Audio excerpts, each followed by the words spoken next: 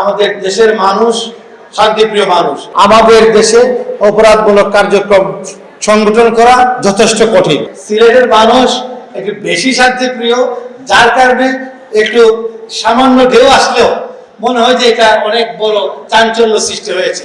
এবং আমাদের জেলা প্রশাসক মহোদয় বলেছেন এই দেশকে এগিয়ে যাওয়ার জন্য কিছু টার্গেট দিয়ে সেই টার্গেটের লক্ষ্য নিয়ে উনি কাজ করা শুরু করেন।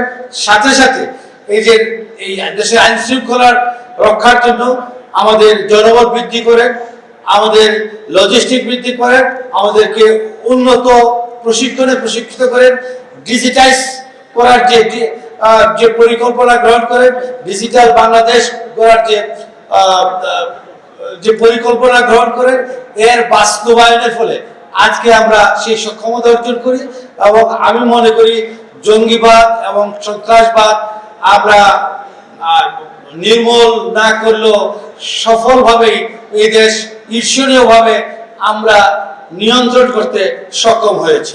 এবং এটা সম্ভব হয়েছে কার জন্য? এদেশের আবহাওয়ার শান্তিপ্রিয় মানুষের জন্য। এবং এখানে আমরা বলছি যে সিলেটে এটা হয়েছে এটা হয়েছে, আমি নিশ্চয়ই এই ধরনের কিছু ঘটনা সংঘটিত হয়েছে, যার কারণে এখানের যারা নেতৃবৃন্দ আছেন তারা এই কথাগুলো বলেছেন। তো আমি বলবো যে সিলেটের মানুষ একটু বেশি শান্তিপ্রিয়, যার কারণে একটু সামান্য ঢেউ আসলেও মনে হয় যে এটা অনেক বড় চাঞ্চল্য সৃষ্টি হয়েছে। বা অনেক জায়গাতে এর চেয়ে বেশি অবস্থা খারাপ ছিল।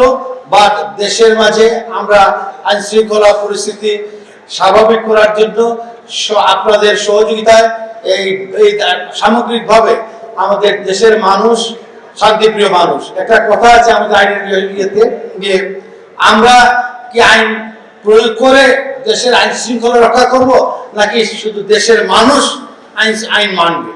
আমরা গবেষক এখানে বিশ্ববিদ্যালয়ের সম্মানিত শিক্ষকবৃন্দ আছেন, তারা ভালো বলতে পারবেন, এখানে নেতৃবৃন্দ আছেন, তারা ভালো জানেন।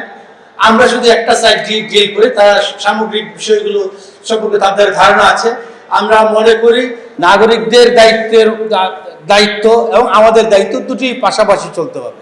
কোনো কিছু রিওয়ার্ড অ্যান্ড পানিশমেন্ট দুটি একসাথে চলার কারণেই সবকিছু নিয়ন্ত্রণে আসে। এবং আইন শৃঙ্খলা নিয়ন্ত্রণে আসার জন্য আমাদের আইনের প্রয়োগ এবং মানুষের সহযোগিতা দুটোই যখন থাকে তখনই আইন শৃঙ্খলা আমরা সফলভাবে নিয়ন্ত্রণ করতে পারি।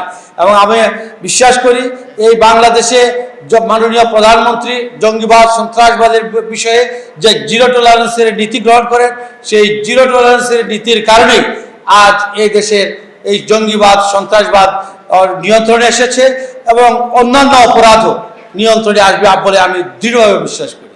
সেই সাথে আমি বলতে চাই যে মনে হয় যে কথাটা আমরা ওই যে মাদকের বিষয়ে আজকে আমি মনে করি যে আমাদের পিতামাতার যে কথাটা পুলিশ সুপার বলেছেন, যে পিতামাতার দায়িত্ব যে সন্ধ্যার পরে আমার ছেলে মাঠে থাকার কথা, বা সন্ধ্যার সময় বিকেলবেলা মাঠে থাকার কথা, সন্ধ্যার সময় পড়ার টেবিলে থাকার কথা, সে যথাস্থানে আছে কিনা সেটা দেখা।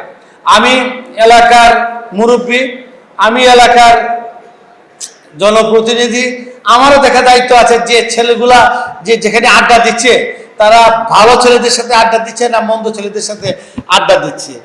6000 mAh battery, one and only Power Master NextG N73।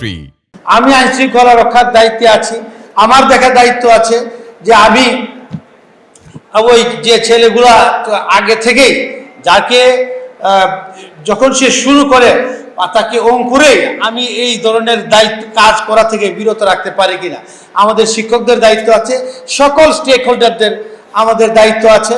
এবং আমি বিশ্বাস করি, আমি আগেই বলেছি যে আমরা এই বাংলাদেশের মানুষ শান্তিপ্রিয় মানুষ, এবং তাদের কারণেই সকল এই শান্তিপ্রিয় মানুষ আমাদেরকে সহযোগিতা করেন। এই সহযোগিতার কারণেই এদেশের আইন শৃঙ্খলা পরিস্থিতি অতি দ্রুত নিয়ন্ত্রণের আনা সম্ভব হয়েছে, জঙ্গিবাদ সন্ত্রাসবাদকে নিয়ন্ত্রণে আনা সম্ভব হয়েছে।